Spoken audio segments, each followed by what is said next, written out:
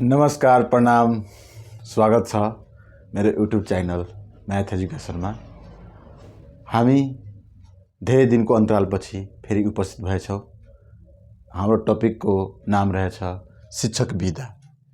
हामीले शिक्षकमा स्थायी जागिर गरिसकेपछि कतिवटा विधा पाउँछ, कुन विधामा कति दिन घर बस्न पाइन्छ, त्यसको बारेमा आज हामी त्यसको बारेमा चर्चा गर्न गइरहेछौँ, जुन तपाईहरूको लागि निकै फलदायक हुनेछ। यदि तपाईले शिक्षक सेवाको तयारी गरेर बस्नु भएको छ भने यो भिडियो तपाईको लागि अवश्य जानकारीमूलक हुनेछ, मलाई पूर्ण विश्वास रहेको छ। ढिलो नगरी आज हामी यो भिडियोलाई सुरुवात गर्छौँ। सबभन्दा पहिला हाम्रो रहेको छ भएपरि आउने विधा। यो भएपरि आउने विधा के हो? यो भएपरि आउने विधा चाहिँ वर्षभरिमा 6 दिन पाउँछ। वर्षभरिमा 6 दिन पाउँछ।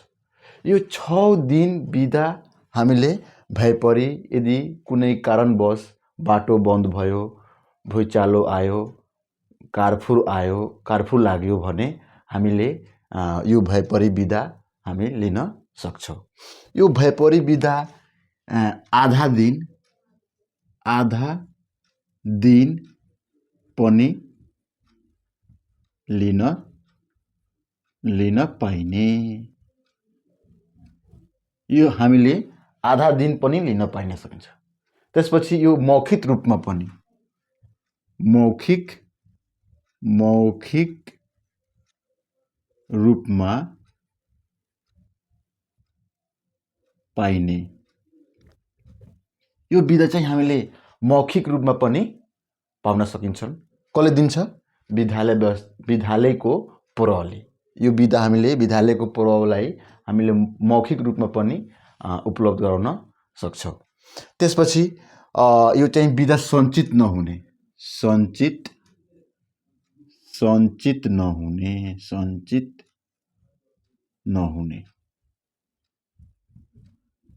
यो विधा आधा दिन पनि लिन सकिन्छ, मौखिक रूपमा पनि लिन सकिन्छ र यो सञ्चित नहुने।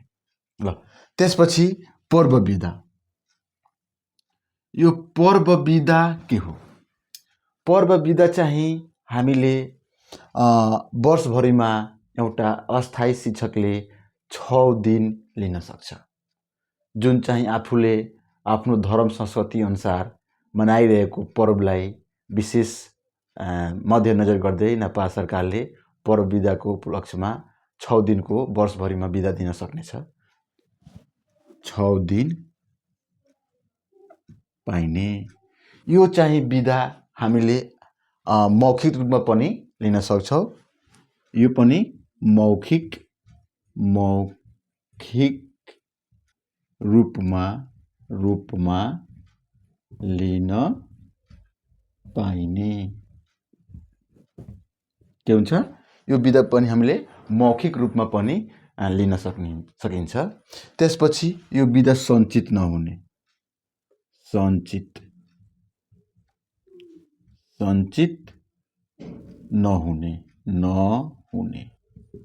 यो विधा हामीले पर्व विधा सञ्चित लिन पाइँदैन। यसमा हामीले एक वर्षमा 6 दिन विधा लिन पाइन्छ। त्यसपछि सुत्केरी विधा। यो सुत्केरी विधा चाहिँ महिला शिक्षकले पाउने हो। महिला शिक्षकले आफ्नो सुत्केरी भएको अघि र पछि गरेर 98 दिन, यस्तै एउटा महिला शिक्षक छ भने त्यो आफ्नो गर्भ भएको, सुत्केरी भएको अघि र पछि 98 दिनको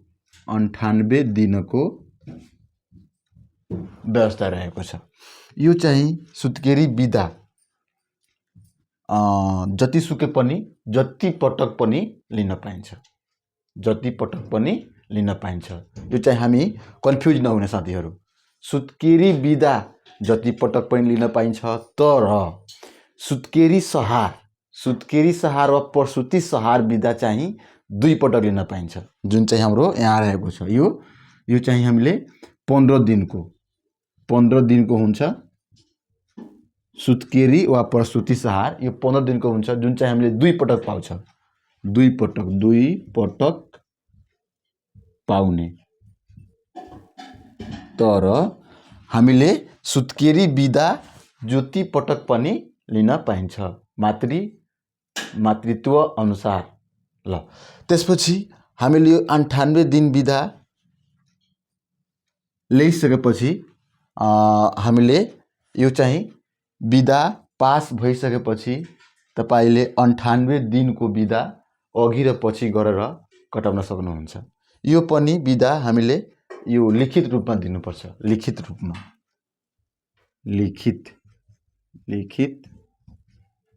रूपमा जति पटक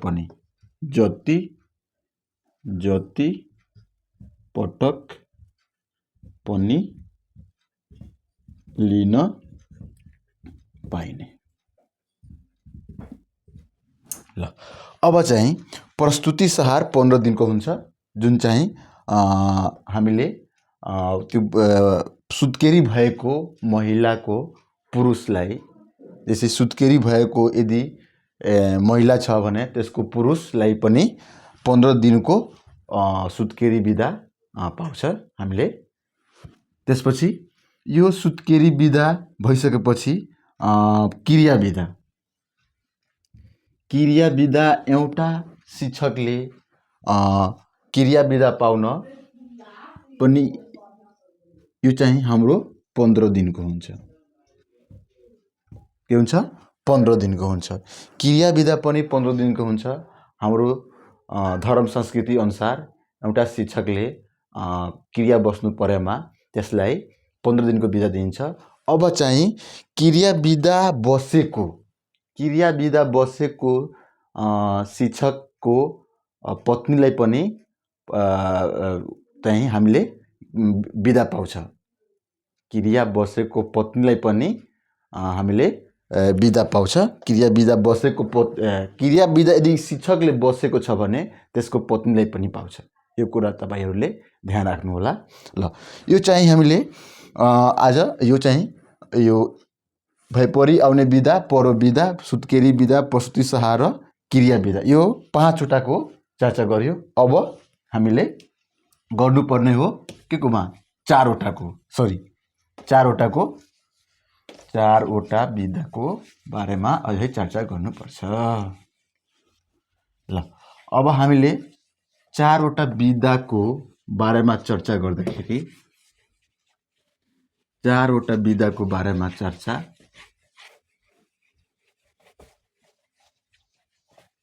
अब आउने हो पर्व बिदा। पर्व बिदा भइसक्यो। अब आउने हो 6 नम्बरमा के आउँछ? बिरामी बिदा।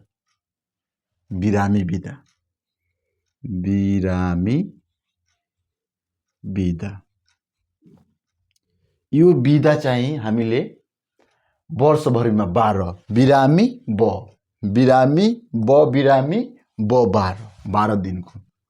12 दिनको एउटा शिक्षकले वर्षभरिमा 12 दिनको बिदा बिरामी बिदा पाउँछ। अब चाहिँ यदि कुनै काँडा रोग लाग्यो भने उसलाई 2 हप्तासम्म पनि त्यसमा थप गरेर चाहिँ बिदा दिन पाइने व्यवस्था रहेको छ। बिरामी बिदामा 2 हप्ता थप पनि गर्न सक्ने व्यवस्था रहेको छ। यो चाहिँ बिरामी बिदा नलिएको खण्डमा, यदि आफ्नो कार्य अवधिभरिमा बिरामी बिदा नलिएको भएमा त्यसको बापत रकम पनि पाउने व्यवस्था रहेको छ है। यदि कुनै शिक्षकले आफ्नो बिरामी बिदा सञ्चित गर्यो भने यसले आफ्नो रिटायर हुने बेलामा त्यो चाहिँ बिरामी बिदा कतिवटा बचाउनु भएछ तपाईँको सञ्चित छ, त्यसको बापत हामीले पैसा पनि रकम पनि पाउने व्यवस्था रहेको छ। त्यसपछि यो बिदा सञ्चित पनि गर्न सकिने, सञ्चित गर्न सकिने।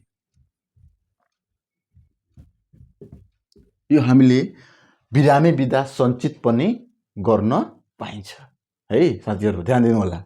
अब चाहिँ हामीले 7 नम्बरमा के 7 नम्बरमा असाधारण बिदा, असाधारण बिदा। असाधारण बिदा 8 नम्बरमा के हुन्छ? अध्ययन बिदा, अध्ययन बिदा। र 9 नम्बरमा के हुन्छ? 9 नम्बरमा के हुन्छ? बेतलबी बिदा, बेतलबी बिदा। ल यो साथीहरू के बुझ्नुपर्छ हामीले कि यो 3वटा बिदा, असाधारण बिदा, अध्ययन बिदा र बेतलबी बिदा, आफ्नो एउटा शिक्षकले अस्थायी जागिर प्राप्त गरिसकेपछि 5 वर्षको नोकरी गरिसकेपछि हामीले त्यो पाउने बिदा हो। यो चाहिँ 3वटा बिदा 5 वर्ष अस्थायी जागिर गरेको शिक्षकलाई यो 3वटा बिदा पाउने हो। ल अब यो यसमा कन्फ्युज धेरै हुन्छ, पटक पटक कि एकैपटक, यो कुरा हामीले धेरैजनाको कन्फ्युज गर्ने रहेको पाइन्छ। ल आज हामी त्यो कन्फ्युजनलाई दूर गर्छौँ। यो असाधारण बिदा, यदि असाधारण बिदा लिनु छ भने एउटा शिक्षकलाई कम्तीमा 5 वर्षको जागिर त भयो, त्यसपछि एक पटकमा असाधारण बिदा कति दिनको छ? 3 वर्षको हुन्छ। 3 वर्षको के हुन्छ? 3 वर्षको हुन्छ। तर के हुन्छ? एक पटकमा एक वर्ष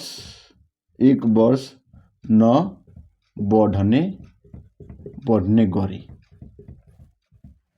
एक पटकमा 1 वर्ष नबढ्ने गरी यो असाधारण बिदा हामीले 3 वर्ष लिन पाइन्छ, बढीमा 3 वर्ष लिन पाइन्छ, तर एक पटकमा 1 वर्ष नबढ्ने गरी है। यही छ असाधारण, यानी कि असाधारण मतलब एक पटकमा 1 वर्ष नबढ्ने गरी हामीले लिन पाइन्छ। त्यसपछि यो असाधारण बिदा हामीले कसले दिने हो? यो असाधारण बिदा विद्यालय व्यवस्थापन समितिको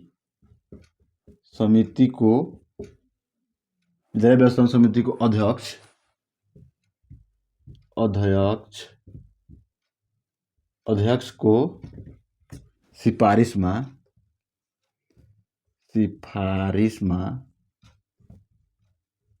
विद्यालय व्यवस्थापन समितिको अध्यक्षको सिफारिसमा इकाइ प्रमुखले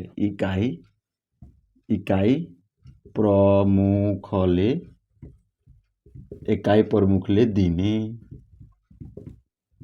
कसले दिने? इकाइ प्रमुखले दिने। कसको सिफारिसमा?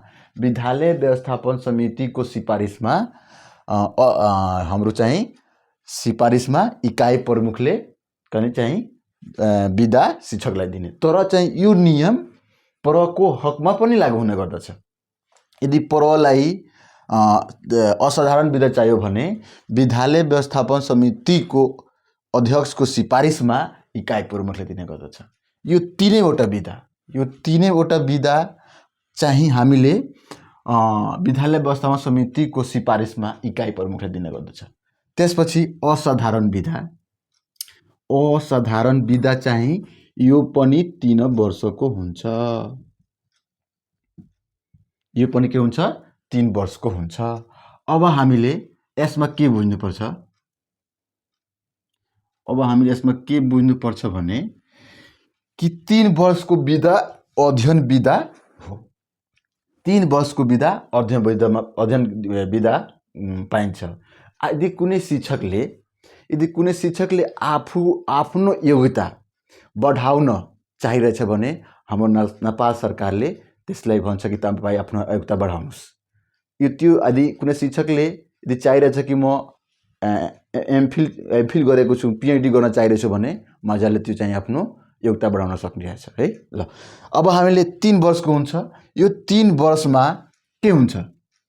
यो 3 वर्षमा बिदा पास भइसकेपछि 3 वर्षको बिदा पास भइसकेपछि यो नोकरीको अवधिमा गणना हुन्छ कि हुँदैन, त्यो पनि धेरैजनाको कन्फ्युजन रहेको छ है। ल यो अध्ययन बिदा 3 वर्ष भइसकेपछि त्यो नोकरीको अवधिमा गणना हुन्छ। नोकरी अवधिमा नोकरी अवधिमा गणना हुने। नोकरी अवधिमा गणना हुने। तर यो असाधारण बिदा नोकरी अवधिमा गणना नहुने।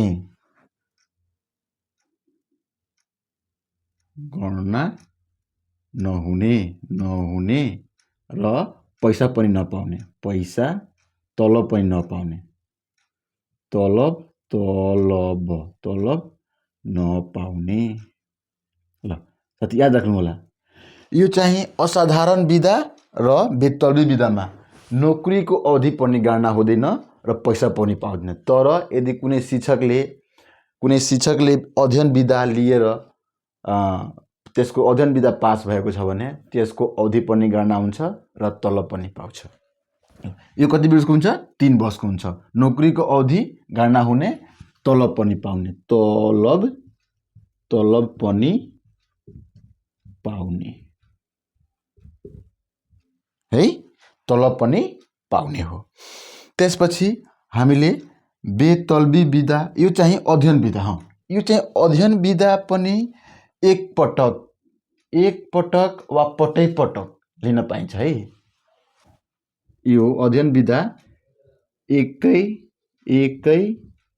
पटक वा पटक लिन पाइने है। साथीहरू ध्यान दिनु होला, यो चाहिँ यो चाहिँ अध्ययन बिदा एकै पटक पनि तपाईले दिन सक्छ वा पटक 2 पटक 3 पटक गरेर पनि बढीमा 3 वर्षसम्म अध्ययन बिदा तपाईलाई पाउन सक्नुहुन्छ। ल अब बेतलबी बिदा। बेतलबी मतलब तलब नहुने।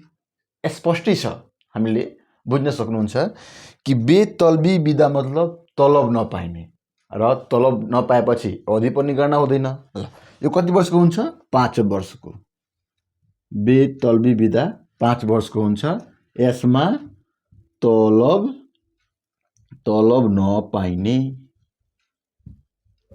नपाइने नोकरीको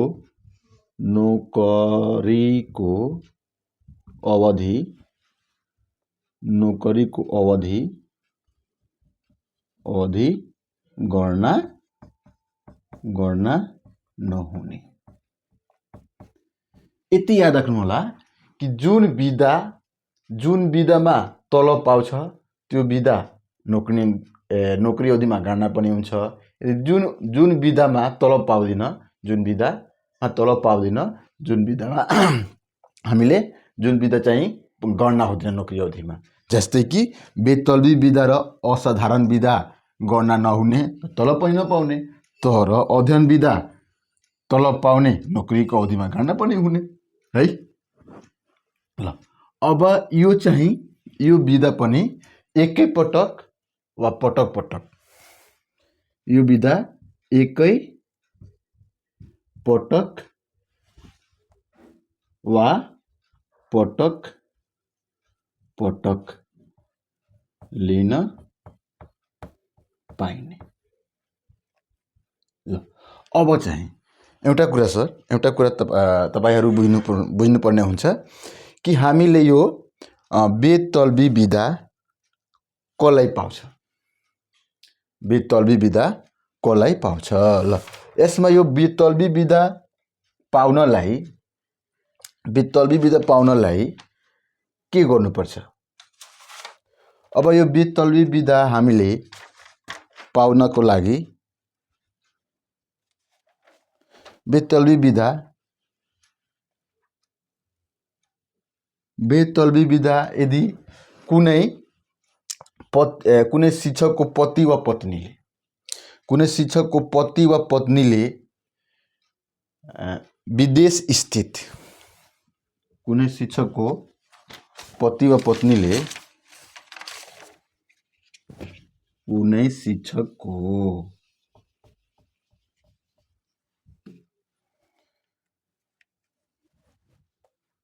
श्रीमान वा श्रीमतीले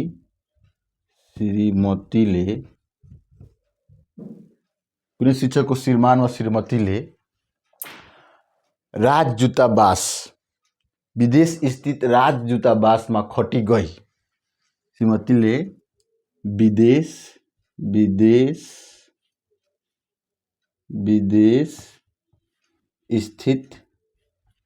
स्थित राजदूतावासमा म यहाँ लेख्छु है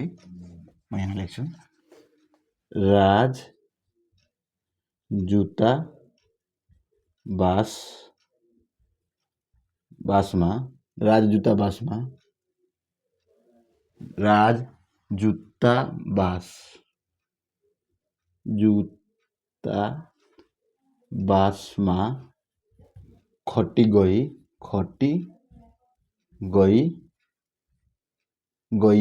गइएकोमा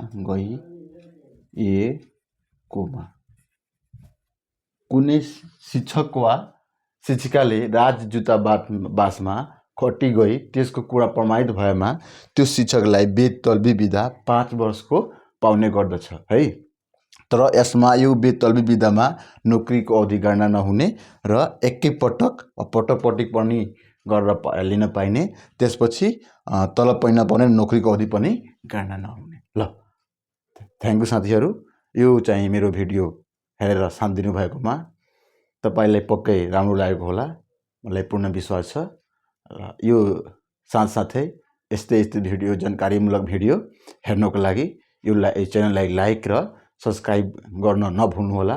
हस्त नमस्कार, धन्यवाद।